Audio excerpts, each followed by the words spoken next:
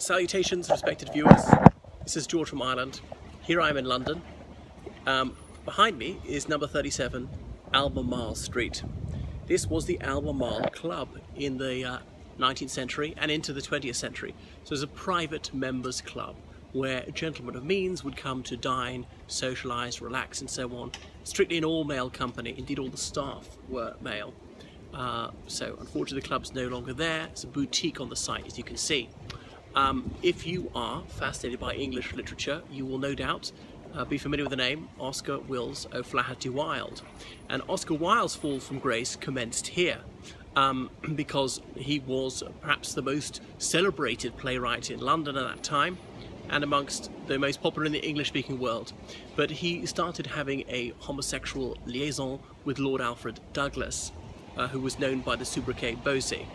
Despite this, Wilde was married to a female of the species, had 2 children.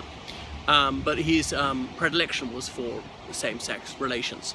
Anyway, his paramour's father was the Marquis of Queensberry, as in one of the highest noblemen in the country, the man who drew up the rules of boxing, the Marquis of Queensberry rules. So Lord Queensberry took the gravest possible exception to Wilde having this Ganymede relationship with his son. So he came here, Lord Queensberry, and he left a note on the notice board. It said, "To Oscar Wilde, posing as a sodomite." He intended to write sodomite, but he, despite being an Oxonian, he misspelt the word. So Oscar Wilde said this is outrageous. It was a case of libel because he had written an untrue statement and he published it to a third party. As in, anyone could come along here and read this and presume that Oscar Wilde was actively gay.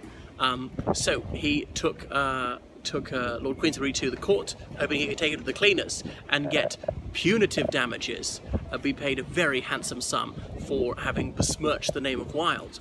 The trouble is, the accusation was true, and Lord Queensberry could substantiate it because Oscar Wilde liked feasting with panthers, as he called it, as in seeking encounters with working class young men.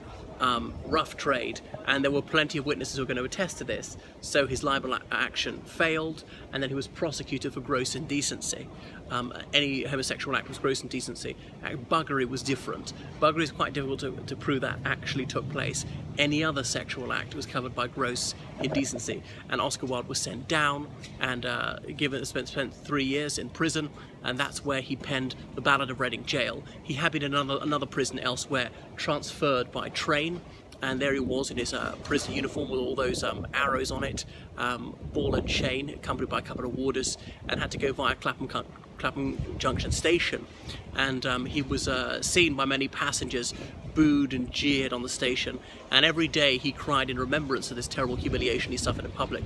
You ought to see the film about it, the biopic Wilde, with Stephen Fry as the title role, or in the title role I should say. An article was written about Stephen Fry, Born to be Wild, because like the Irish genius, Wilde is about 6'4". Sorry, Fry is about 6'4", and he's gay and all the rest of it.